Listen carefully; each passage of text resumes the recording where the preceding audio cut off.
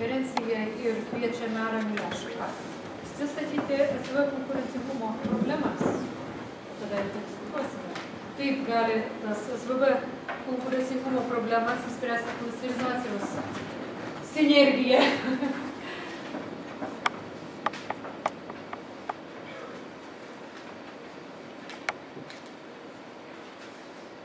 Gal tik tai, aš taip galvoju, kad kadangi ant pačią galą persižiūrėjau pranešimus ir pamačiau, kad tikriausiai mano pranešimas turėjo būti pats pirmas, o visi likusieji jau būtų atsakymai į tos klausimus, kuriuos pamatysite dabar.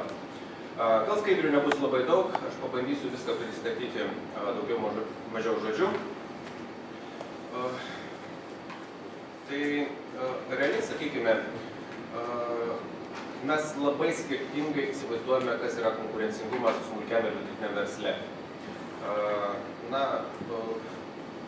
Dažniausiai mes, kai galvojame, kad konkurencija, tai sakykime, mes įsivaizduojame konkurenciją tarp lygiaverčių partnerių kažkokiu tai.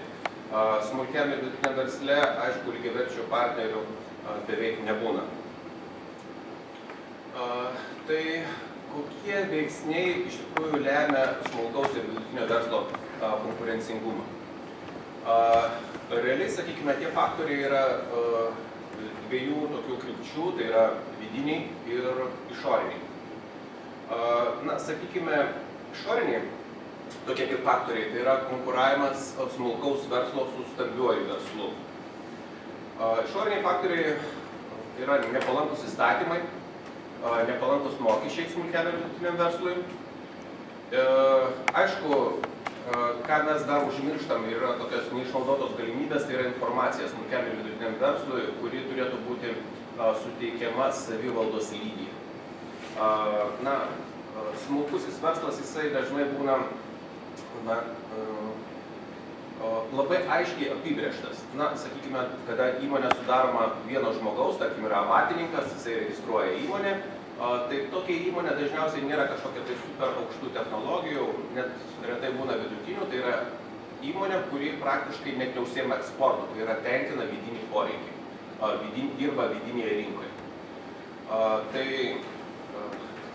Tai tokia įmonė,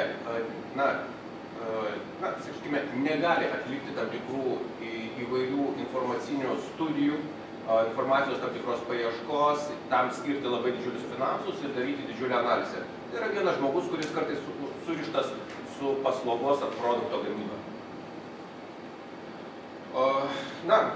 Riboti žmogiškieji ištekliai, ribotos marketing ištekliai.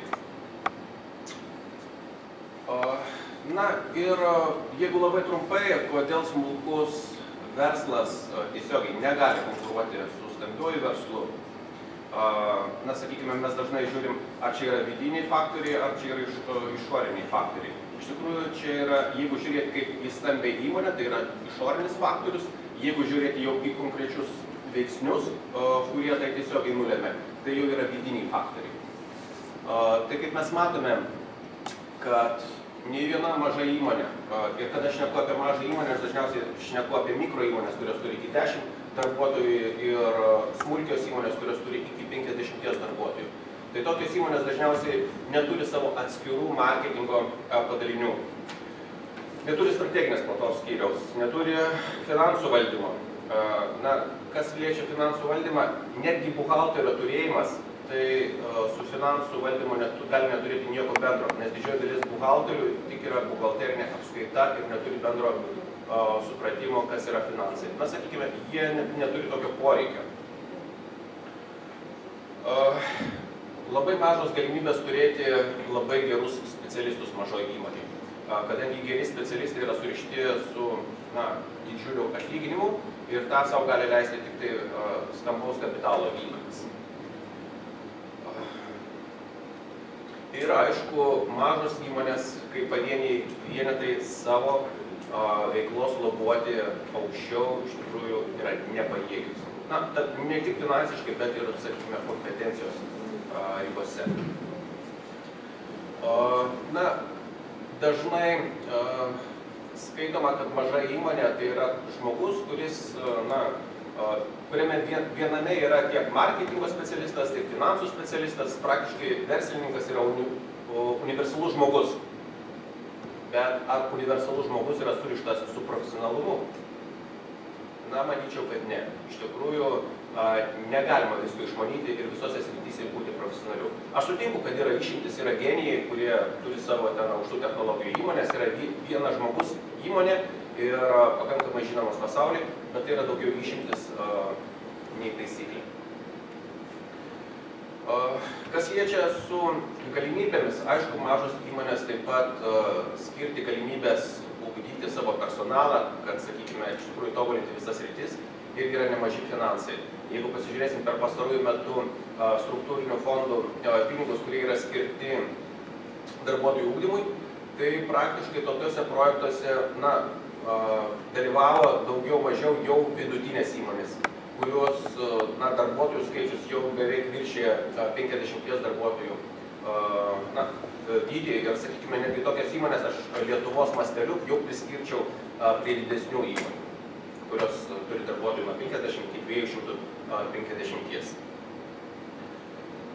Tai realiai čia yra tie pagrindiniai faktoriai. Netgi, sakykime, jeigu būčiau aš užbėgęs už akių ir tą pranešimą skaitęs truputį anksčiau, būtumėt pastebėję, kad klasterizacija kaip tik iš tikrųjų ir atsako į visus šitos klausimus, ką smulkiam ir vidutiniam verslui duoda pats klasteris. Nes klasteris, irgi kiek tenka diskutuoti, yra, sakysit, yra kooperatyvai, netgi jie kažkur tai iki šiol gyvuoja. Tai yra junginiai, pavieniai, kur žmonės susijungia į krūvą ir vykdo vieningą veiklą. Tai kooperatyvuose dažniausiai būna tai, kad jie jungiasi su vienoda veikla. Na, sakykime, kažkas tai tenais sodina bulves ir susirado partnerį Vokietijoje, kuris nori pirkti šitas bulves, kadangi jos ekologiškos, jam patiko, kažko tai išsiskiria, kažkokia teritorija.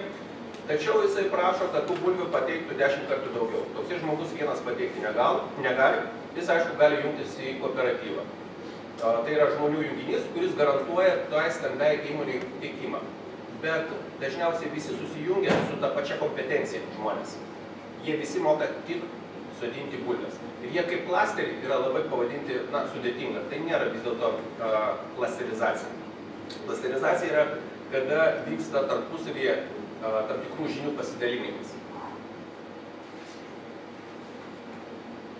Kas liečia, jeigu žiūrėti išorinius faktorius.